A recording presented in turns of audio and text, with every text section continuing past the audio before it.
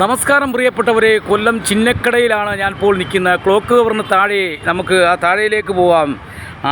ലോട്ടറിയുടെ വിഷയം ആരോപണങ്ങളാണ് ഇപ്പോൾ ജനങ്ങളിൽ നിന്നും നമുക്ക് കേൾക്കാൻ കഴിയുന്നത്. വീണ്ടും ലോട്ടറി വിഷയം തുടരുകയാണ്. നമുക്കറിയാം, ലോട്ടറി സാധാരണക്കാരൻ വാങ്ങുന്ന ലോട്ടറിയാണ്, സാധാരണക്കാരനാണ് ലോട്ടറി ഇത്രയും വളർത്തിയ. അതിനെക്കുറിച്ച് നമുക്ക് കൂടുതൽ വിശദകാര്യങ്ങൾ അറിയാൻ വർഷങ്ങളായി ലോട്ടറി കച്ചവടം ചെയ്യുന്ന ഒരു വ്യക്തിയുണ്ട് ഈ ക്ലോക്ക് ടവറിന് താഴെ തന്നെയാണ്. സാർ, എന്താ സാറേ, എന്താ പേരെന്തുവാ? എൻ്റെ ഒരു ഷാജഹാൻ. വാപ്പാടെ കാലം ഒരു ആദ്യം ലോട്ടറി തുടങ്ങിയത് മുതൽ എൻ്റെ വാപ്പ ലോട്ടറി കച്ചവടക്കാരനാണ്. ഇപ്പോൾ പുതിയതായിട്ട് വരുന്ന വലിയ വലിയ വൻകിട മുതലാളിമാർക്ക് ലോട്ടറി എടുത്ത് കൊടുക്കുകയും പാർട്ടിക്കാർക്ക് ലോട്ടറി കൊടുക്കുകയും അവർ തിരിമറി നടത്തുകയും അത് വിൽക്കുകയും ചെയ്യുന്നു. ഞങ്ങൾ പോയി ഒരു ബുക്ക് അധികം ചോദിച്ചാൽ പോലും തരാനില്ല.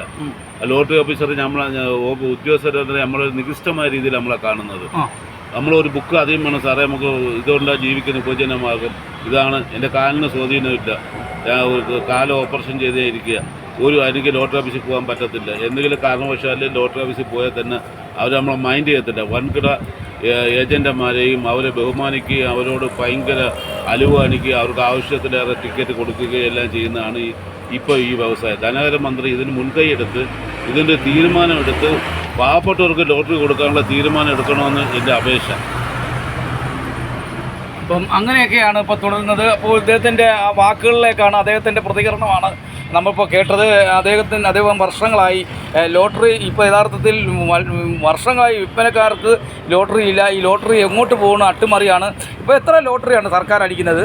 1,08,00,000 1,08,00,000 ടിക്കറ്റാണ്. 1,08,00,000 ടിക്കറ്റാണ് ഇപ്പോൾ അടിക്കാൻ തുടങ്ങിയത്.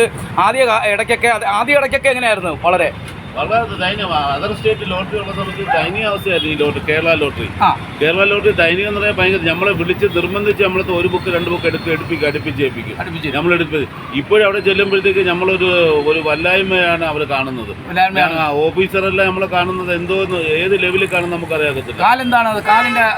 എൻ്റെ കാല് ഇതിന് പൊടിയാട്രിക് എന്ന് പറഞ്ഞൊരു അസുഖം വന്ന് എൻ്റെ കാല് രണ്ടും ഓപ്പറേഷൻ ചെയ്തിരിക്കുക. എത്ര വർഷമായിട്ട് കച്ചവടം തുടങ്ങിയിട്ട്?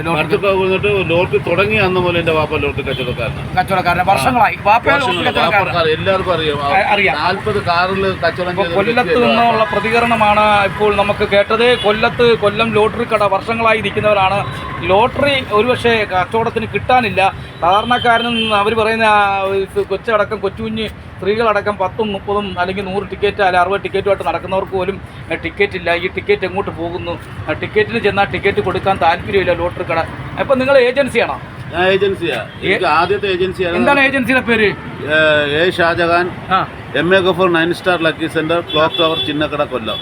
പണ്ട് മുതൽ. അപ്പം പണ്ട് മുതൽ. അപ്പോൾ ഇവർക്ക് പോലും ലോട്ടറി കിട്ടാൻ ഇവർ പുറത്തുനിന്ന്, നിങ്ങളെന്താണ് പുറത്തുനിന്ന് ലോട്ടറി എടുത്ത് വെച്ചേക്കാണോ? DC ഇല്ലാതെ നമ്മൾ കട്ടിങ്ങിൽ ഇപ്പം 400 രൂപയ്ക്ക് വിൽക്കുന്ന സ്ഥലത്ത് നമ്മൾ എടുത്ത് ഇവിടെ കൊണ്ടുവിട്ട് വിൽക്കുക. നമുക്ക് DC ഇല്ല. അടിച്ചാൽ പോലും DC കിട്ടാത്തൊരവസ്ഥയാണ്. സുഖമില്ലാത്ത വൃത്തരായ മനുഷ്യരാണ് ഇവിടെ കച്ചവടം ചെയ്യുന്ന വർഷങ്ങളായി. അവർക്കിപ്പോൾ ലോട്ടറി കിട്ടാത്തൊരവസ്ഥയിലേക്കാണ്. DC പോലും അടിച്ചു കഴിഞ്ഞാൽ നാട്ടുകാർ കൊണ്ടുവന്ന് അടിച്ചത് വിറ്റിട്ട് ഈ വിൽക്കുന്ന ആൾക്കാർക്ക് DC പോലും കിട്ടാത്തൊരു രീതിയിലേക്കാണ് ഇപ്പോൾ ലോട്ടറി പോകുന്നത്. ലോട്ടറിയുടെ വിഷയം വീണ്ടും കുതിച്ചുയരുകയാണ് വീണ്ടും കുതിച്ചുയരുകയാണെന്ന് നമുക്ക് ഈ അവസരത്തിൽ പറയാം. കുറച്ച് ലോട്ടറി വിഷയം സാധാരണക്കാരൻ്റെ ജീവിതമാണ് ലോട്ടറി. ആ ലോട്ടറി ഇന്ന് വളർന്ന് വലിയ കൊപ്പുകളായി മാറി. ഇപ്പോൾ വലിയ കൊപ്പുകൾ പിടിച്ചുകൊണ്ട് പോകുകയാണെന്നാണ് ഇപ്പോൾ അദ്ദേഹം പറയുന്നത്. കാരണം ലോട്ടറി കിട്ടാനില്ല, ലോട്ടറി വാങ്ങാൻ നമുക്ക് ചെന്ന് കഴിഞ്ഞാൽ കിട്ടുന്നില്ല. DC ഇല്ലാതെ പുറത്തുനിന്നാണ് ലോട്ടറി ഇവിടെ ഈ കടയിലേക്ക് ഇപ്പം വാങ്ങി വെച്ചാണ് കച്ചവടം ചെയ്യുന്നത്. സുഖമില്ലാത്തവരായപ്പോൾ ഒരുപാട് പേര് ഈ ലോട്ടറിയെ ആശ്രയിച്ചാണ് ഈ ലോട്ടറി കച്ചവടം തുടങ്ങിയിട്ടുള്ളത്.